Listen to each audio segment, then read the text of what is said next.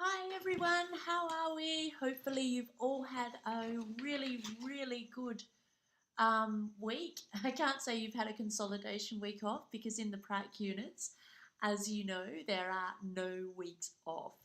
So a whole lot of people got to start their placement last week with in consolidation week. So that was fantastic. And it was really good to see. I tried to pop into the boards now and then just to make sure that none of the first week stories were too horrific or people needed too much support. I know I'm not meant to in consolidation week, but in the placement units, it gets a bit to the point where you need to do this sort of thing. So I was really happy to read that most of placement stories so far have been really positive, and people have been trying to find the positives in everything that's been happening, which is really good to see. I know it's so easy to take things personally when things go wrong. And you've got to remember, this is only your second time doing a placement in the classroom. And for some people, it's only the second time they've even ever been in a classroom. So don't put too much pressure on yourself. I know there was a pretty good discussion going on with Laura about um, not putting that pressure on and Sue's and thinking about trying to make sure that your teacher understands, your mentor teacher understands. You're there to learn. So ask the questions. Don't be scared to ask the questions, because it's only by asking those questions that you are actually going to be able to improve and understand everything that's going on. Because it's very easy as a teacher who's been in the classroom for a long time just to assume that it's common knowledge that everybody knows this about the curriculum and everybody knows this about these sort of materials, and you sort of forget that most people don't know all of this.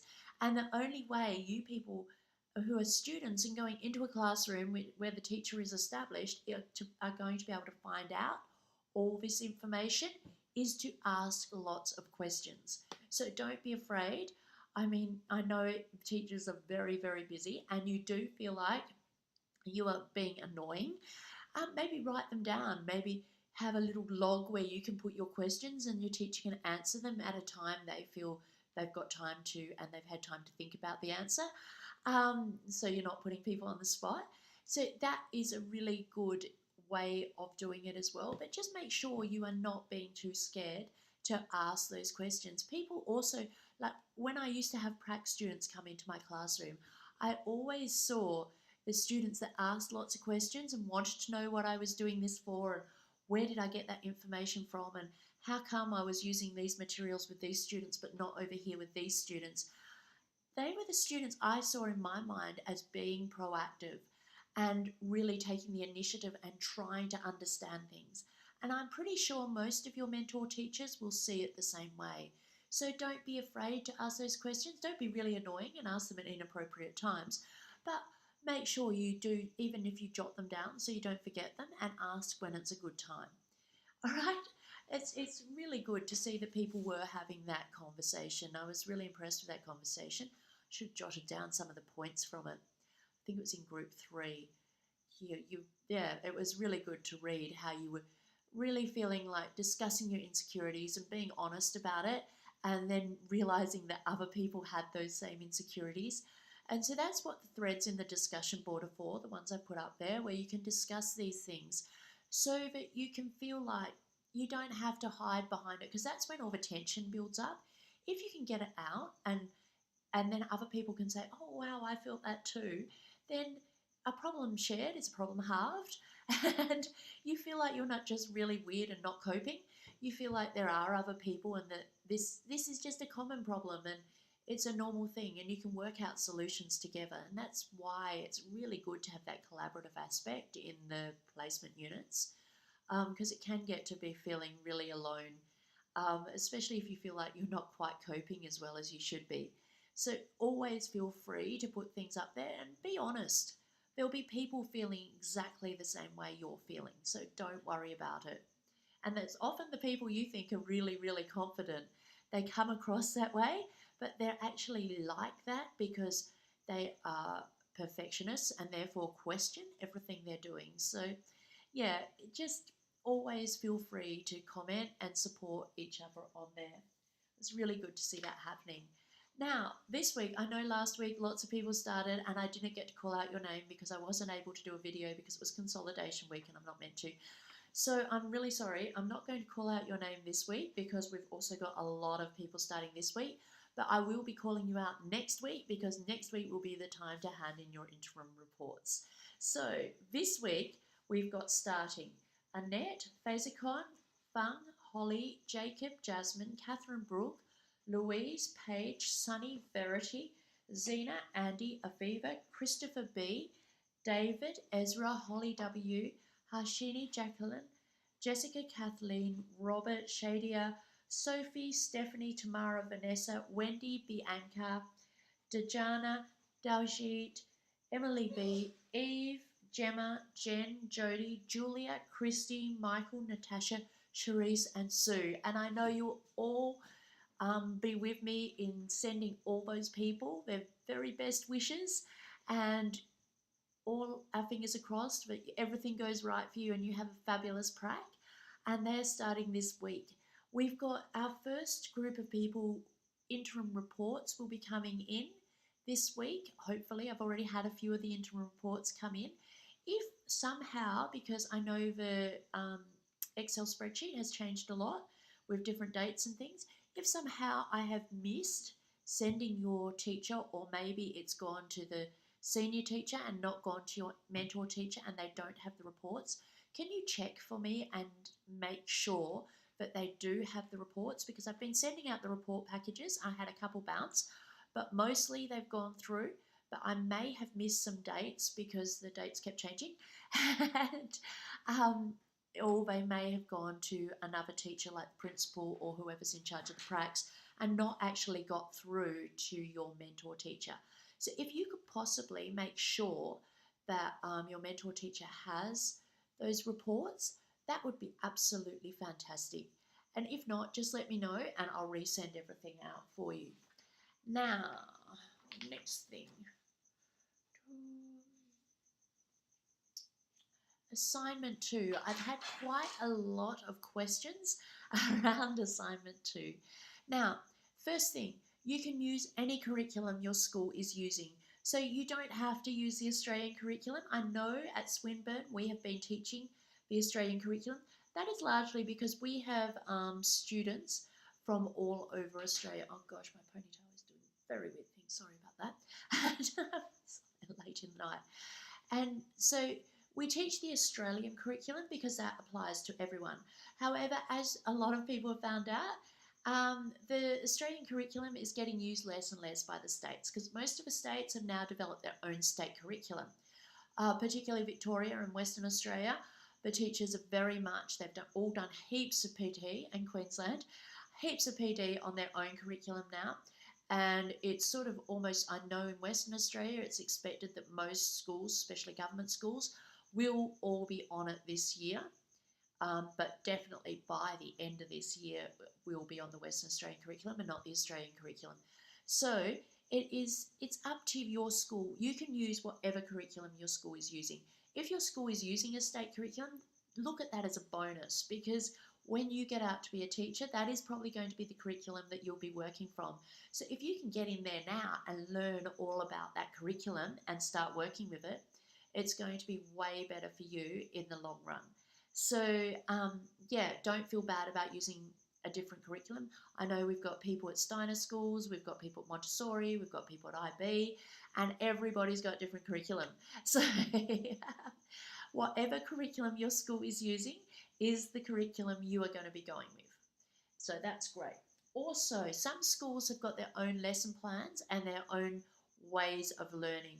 Now, in the assignment 2, the overarching learning statement should only be a paragraph that just explains your whole learning, mathematics learning package and your literacy. So it's just very, very broad, a sweeping generalization about how it looks and what it's trying to teach.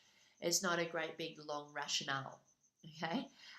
So that shouldn't need any sort of template whatsoever. However, if you have got different school lesson templates or planning templates, you are welcome to use those. You do not need to use the Swinburne ones. It's the same on prac. You do not need to plan your lessons in the Swinburne lesson plan. If your school has got a different lesson planning sheet, Obviously not a daily work pad because you're a student and you've got to plan fully. Use whatever the school is using. Now that also brings me on to you are meant to prepare your lesson plans 24 hours at least before the lesson so that your mentor teacher has time to check them over and make sure you haven't made any glaring errors which are going to cause you to have a really, really bad lesson. You cannot really plan the lesson 30 minutes because you're not an experienced teacher and we don't expect you to be an experienced teacher in your second prac. You cannot plan your lesson 30 minutes before you're going to teach it because your mentor teacher hasn't got time to read it and rework anything that isn't going to work, make sure all the resources are properly available. They need to have it more in advance than that. So just check with your mentor teacher, but really think about the practicality and why you are putting that lesson plan in the first place beforehand. You're putting it in so that when your mentor teacher can read it, they can preempt any failures or terrible disasters that are going to happen. And they can fix that. And they can make sure that all these resources that you have planned to use that are fabulous resources are available for you. So just make sure that you do that because we've had a few people who have whose mentor teachers have been contacting me because they've been lesson plans haven't been in early enough and it's caused a few problems.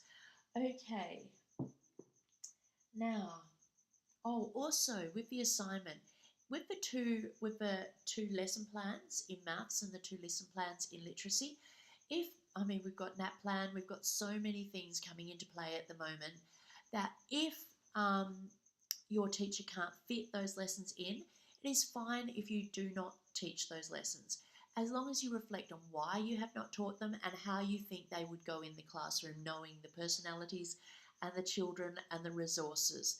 Reflect on that if you haven't had a chance. I mean, it's great if you do get a chance, but I know that there are some things that are going to make it really difficult. So yeah, just go with whatever your mentor teacher says. Don't try to force anything through. I mean, you're a guest in the classroom, so you act like a guest in the classroom. Right. The DB, as I said, fantastic. It's so good to see the supportive nature of everybody in there and how you're really helping each other get through this. And I really want you to use that community to help you understand what's going on. I'm going to put up a thread this week where you can discuss lesson plans and curriculum you're using and any problems you're having with lesson plans and curriculum and ideas for solving those problems. Because I know some people are spending hours and hours preparing lesson plans, which is what you do as a student. But there might be other people who've got quick ideas or ways of cutting that down a little bit and using the curriculum in a wise and smart fashion. So I'll pop that up there and hopefully we'll get some really interesting stories and ideas from that as well. I had an email from Shirley today. Hi, Shirley. And she's been doing online journaling, which I thought I'd just have to mention to everyone because I think that is a brilliant idea. If you can start doing like your reflection each day online it can be online or it can be just on a Word document or on something which makes it easy for you to reflect, whatever that may be, or like a Google Doc because that's great because you can access it anywhere. Then that makes it really easy to cut and paste for your reflections when you get into your portfolio. I just thought that was just such a clever idea. Rather than writing it all down, I mean, you can take photos, but if you've got your online journal, then you can take screenshots or you can take just cut pieces out of it, which would be a really, really good way and easy way to use that authentic data into your portfolio when you get to your portfolio. I just thought I'd mention that quickly. Yeah, the first week stories have been fabulous. Keep those coming. We're going to have a whole lot more with this new group of people we've got going out there, and they're really supportive and giving people ideas on how to cope because it's that first week where you make that impression and where you get the impression of the classroom that can make or break a prac sometimes. Once you've got yourself going in the classroom, it is fantastic to see but you generally can fit in. I mean, the third and fourth week are much harder because you've got so much lesson planning to do, and you become a little sleep deprived, and you stop nutritionally um, feeding yourself properly. But you all know now that that is going to happen, and forewarned is forearmed, and hopefully you've already set up those ways of dealing with this, and you've got your children doing some housework, and your husband is all organised, or your partner is all organised, or your dog is not barking all the time you're out. And you've worked out a way to deal with these things. And now you've got into a routine. I know what I've done. I would lift it up, but it's a bit bad because it's too heavy for me to lift up. I went into Kmart and I bought myself a whole range of little weights and stretching bands and a yoga mat, and I've put them all into one big tub with some routines, and each night I am doing those because at the moment I have no time to get to dance class. So, other than the ones I teach, and really that doesn't help. So, what we need to do is have those little things all organized and ready to go.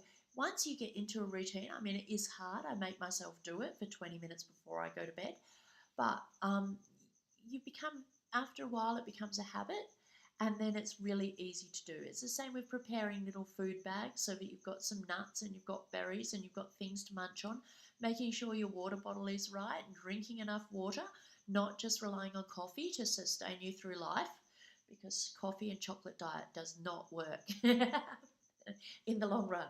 It can last for about a week, but then you end up sick because there's no nutrients in it.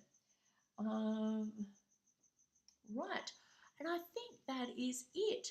I'm going to be going back through that whole discussion board this week because, as you know, everybody's been writing up whenever they've been into it. We've had late starters, we've had early starters, we've had people who've got right to the end. So I'm going to be gradually going through each of the threads during the week and catching up on all of that. And I can't wait, but I will be looking at those top ones, the mentor, the Padlets, the portfolios, task two, those sort of things at the top first week stories. I'll be reading those regularly because I want to make sure that I can see if there's anyone who really needs help or support or anything's going wrong there. So have a great week. Well done to those people who are starting this week. I hope you're prepared and excited. And well done to those people who've already got to the interim report stage. And I will chat to you very soon. Okay, bye.